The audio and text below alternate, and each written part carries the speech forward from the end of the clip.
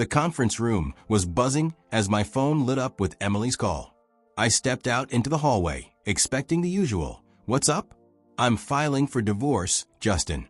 The apartment's already been sold, so you need to find somewhere else to live." I froze. The betrayal of my wife, whom I had loved for 8 years, broke my heart. But she didn't know that I had been preparing for this for a long time. It was not just a betrayal, it was the beginning of my revenge. The conference room in our Seattle office buzzed with voices as I glanced at my phone vibrating on the table. The screen lit up, Emily. A small smile tugged at my lips. My wife of 8 years was probably calling to wish me luck before my big presentation. I excused myself from the team, stepped into the quiet hallway where the hum of the AC drowned out the city noise beyond the windows, and hit accept. "Hey babe, how's it going?" I said, my voice light. Her response cut through like an icy gust off Puget Sound. "I'm filing for divorce, Justin. The apartment's already sold. You'll need to figure out where you're gonna live." I froze. The words hung in the air, sharp and heavy, like shards of broken glass. My fingers tightened around the phone until my knuckles turned white. "You what?" I managed, my voice barely a whisper as the floor seemed to tilt beneath me. "You heard me," she snapped. Her tone was cold, but there was a smug edge to it, a hint of triumph that made my stomach churn. "I'm done with this life. Enjoy your trip, Justin." A short, dry laugh crackled through the line before she hung up. I stood there, leaning against the wall, staring at the blank screen. My chest felt hollow. The air sucked out of my lungs. My pulse pounded in my ears, drowning out everything else. Emily, my Emily. The woman I'd built a life with, the one I'd dreamed of raising kids with, traveling the coast with, growing old with on a porch overlooking the ocean, had just shattered it all with one call. I tried to process it. Divorce? Sold the apartment? The place we'd scraped and saved for. That cozy 2-bedroom on Capitol Hill with the view of the Space Needle I'd fallen in love with the moment we signed the lease? It wasn't just a home. It was us, a symbol of every late night I'd worked, every compromise we'd made. And now she'd ripped it away like it meant nothing. Her voice replayed in my head, that laugh, that confidence. She wasn't just leaving me. She was gloating about it. I slid down the wall, crouching in the hallway as my mind raced. 8 years. 8 damn years of trust, of love, of thinking we were a team. Sure, there'd been rough patches, her late nights at the gallery, her work trips that stretched longer each time. But I chalked it up to her ambition, her drive. I trusted her, loved her. And now this? My hands shook as I redialed her number, but it went straight to voicemail. "Hey, it's Emily. Leave a message or don't." Beep. I hung up, too stunned to speak. Back in the conference room, I plastered on a fake smile, nodding through the meeting as my boss droned on about blueprints and deadlines. But inside, I was spiraling. Why was she so calm? So sure? Something wasn't right. She'd sounded like she'd already won, like she'd planned this for months. And that's when it hit me. There had to be someone else. The late nights, the excuses, the way she started pulling away. It wasn't just a hunch anymore, it was a gut punch. By the time the meeting wrapped, my shock was hardening into something else. Anger. Emily thought she could blindside me, take everything, and walk away laughing. She didn't know me as well as she thought. I grabbed my jacket and headed for the elevator, my mind already shifting gears. This wasn't over. Not by a long shot. If she wanted to fight, she'd get one, and I'd make damn sure she regretted it. The flight back to Seattle felt endless.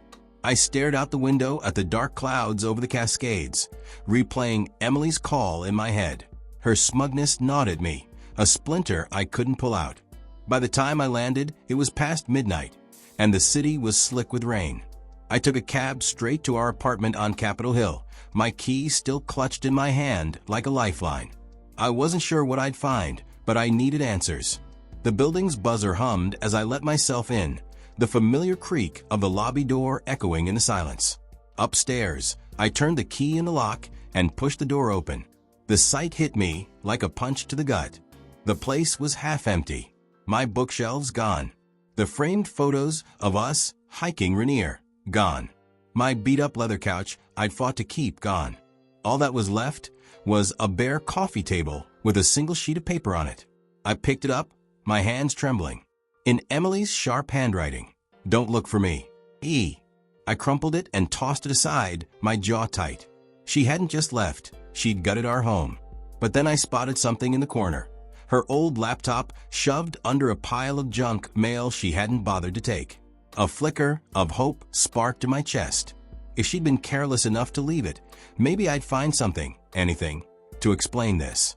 I powered it on, and lucky for me, she'd never changed the password, art forever. Typical Emily. Her email was still logged in. I scrolled through, my heart sinking with every click. There it was, dozens of messages to Zach. Zach Carter, her gallery assistant, who'd always lingered too long at her exhibit openings. "Can't wait to start fresh in Portland," one read. "Once we ditch Justin, it's all ours," another said. My stomach twisted as I opened a thread from last week. "Deposits in. Sold the place for $450K. We're set, babe." My vision blurred. She'd sold my apartment, our apartment, and was planning a new life with this guy. But then I saw it, a reply from Zach. "Make sure the deed's clear. Don't want any surprises." I froze. The deed. A year ago, we'd refinanced to get a better rate. Emily had been too busy with work to care about the details, so I'd handled it.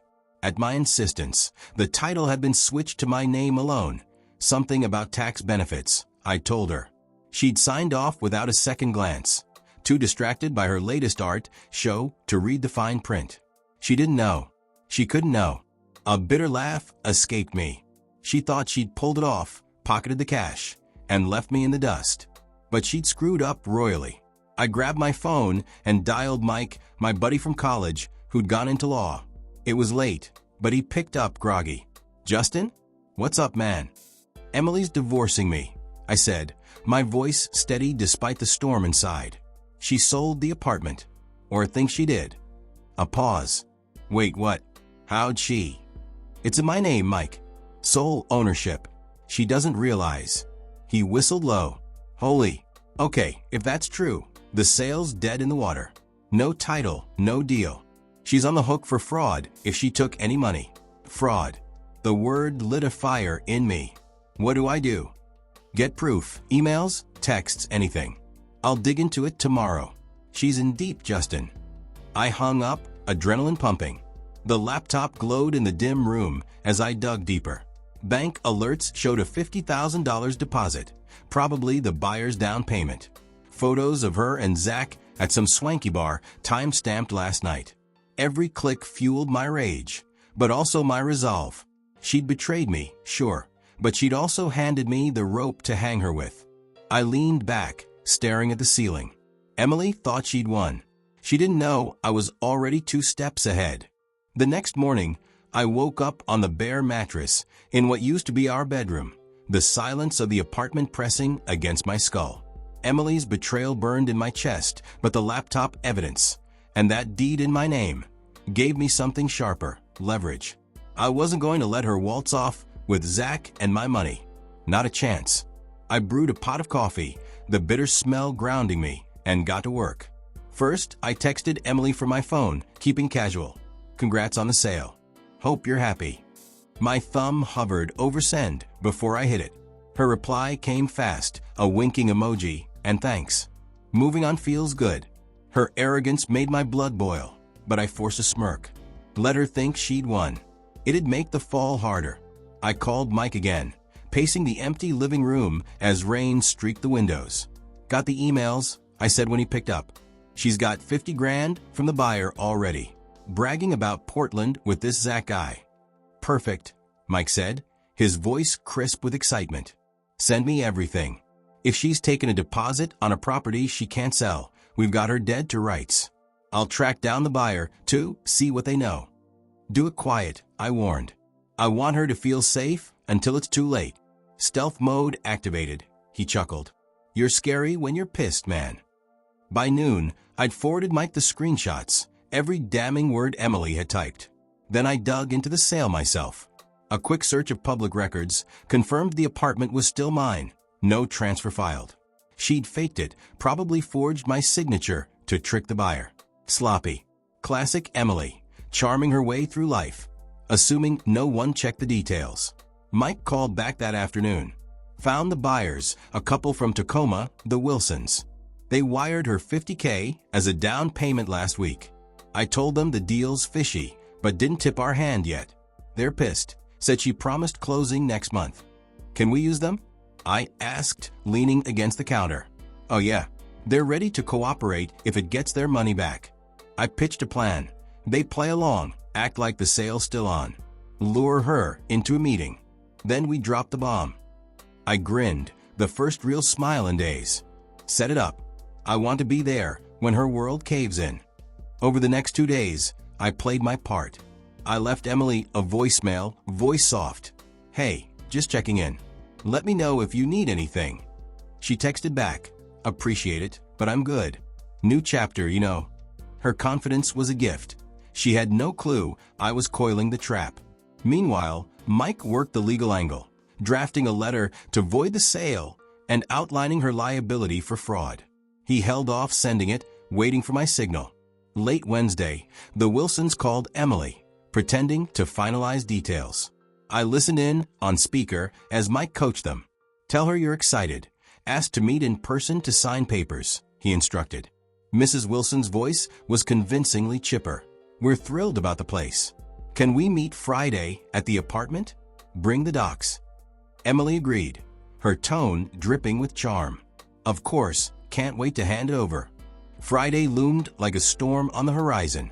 I spent Thursday prepping, printing the deed, gathering the emails, rehearsing what I'd say. I wasn't just taking back my home.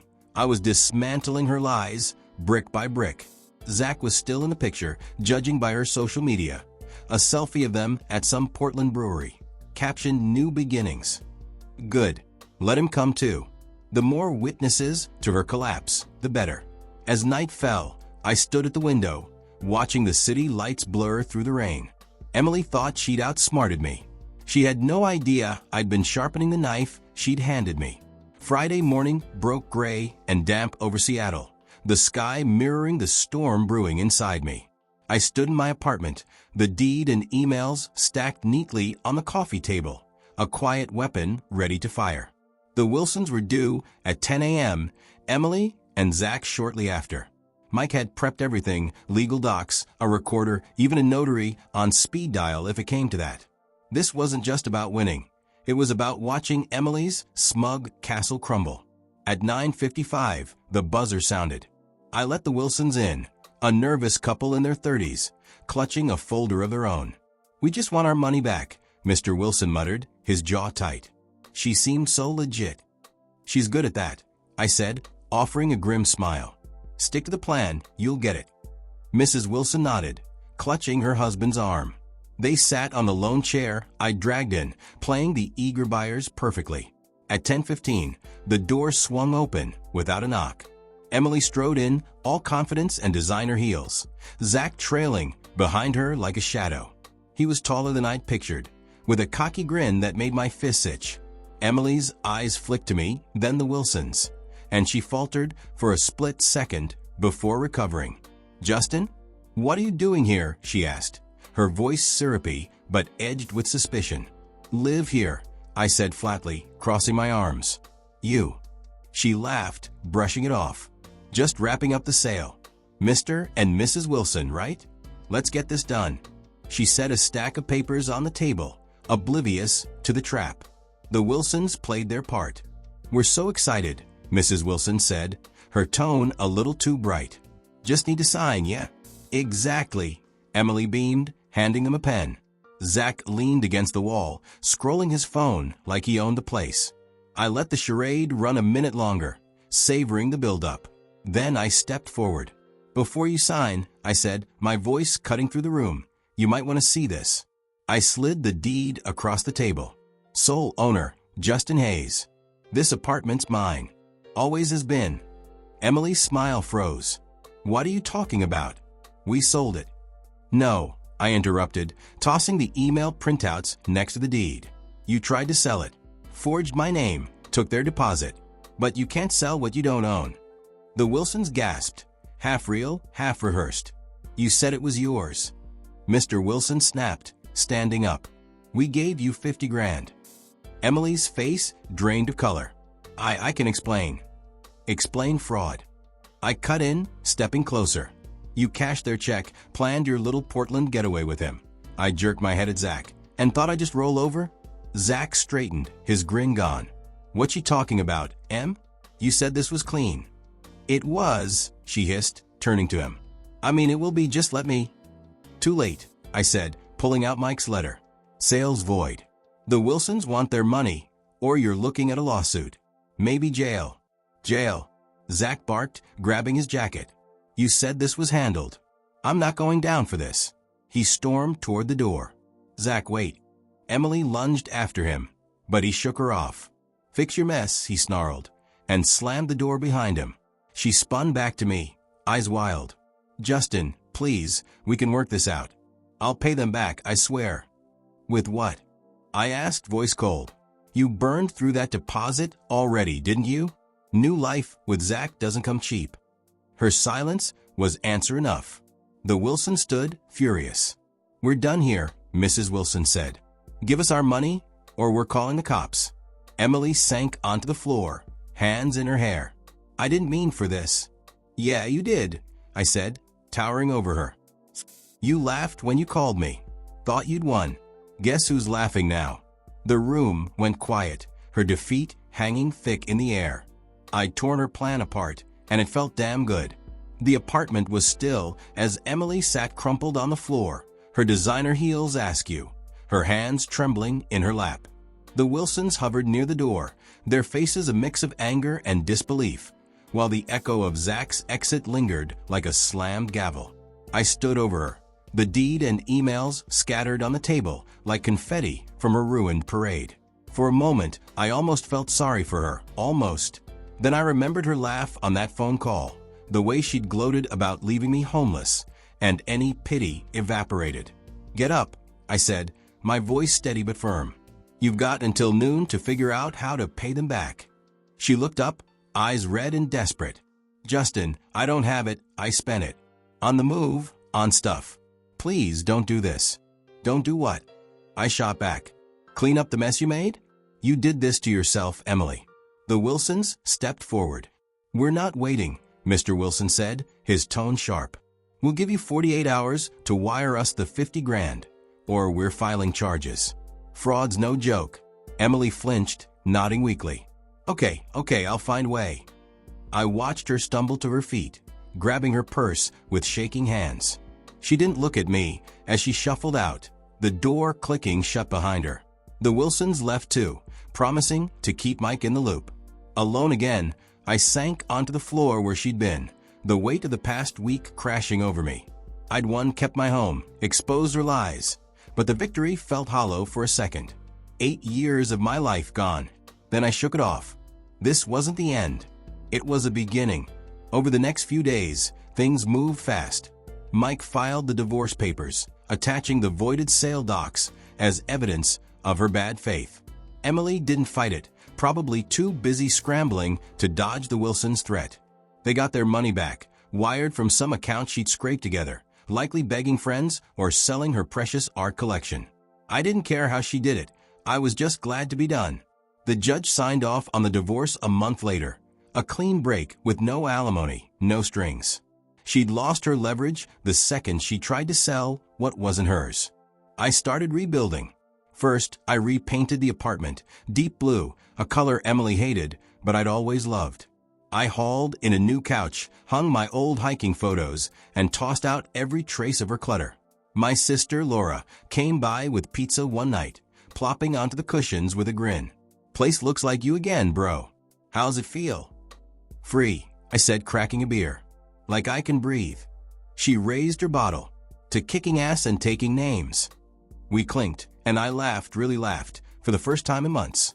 Emily tried reaching out once, a week after the papers were signed. A text, I'm sorry, Justin. I messed up. Can we talk?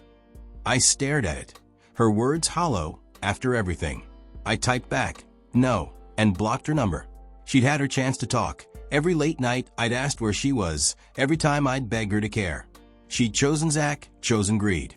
Now she could live with it. The apartment became my sanctuary. I'd sit by the window at night, watching the city lights flicker, and feel a quiet pride. I'd fought for this place, not just the walls, but the life it held. Friends dropped by more often, filling it with noise and warmth. Mike swung by with updates. Emily had moved to a cheap rental in Portland. Zach long gone. "She's a ghost now," he said. "You're the one still standing."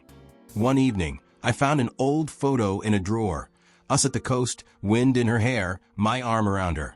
We'd been happy once, or so I'd thought. I didn't hate her anymore. I just didn't care. I slid it back into the drawer, a relic of a past I'd outgrown. Laura dragged me to a rooftop bar downtown to celebrate the final decree, the skyline sprawling below us. "You're glowing, man," she said, sipping her cocktail. "Single life suits you." "It's not that," I replied, leaning on the railing. "It's knowing I don't have to shrink for anyone anymore." She toasted to that, and as the night stretched on, I felt something settle. Peace. A few months later, I started sketching again, something I dropped when Emily's chaos took over. The apartment wasn't just a home now. It was a canvas for the future. I'd sell it someday, move somewhere new, no shadows, no baggage. Until then, I'd make it mine, every inch a testament to what I'd reclaimed. Emily had thought she'd break me, but she'd only set me free. And that was the sweetest revenge of all.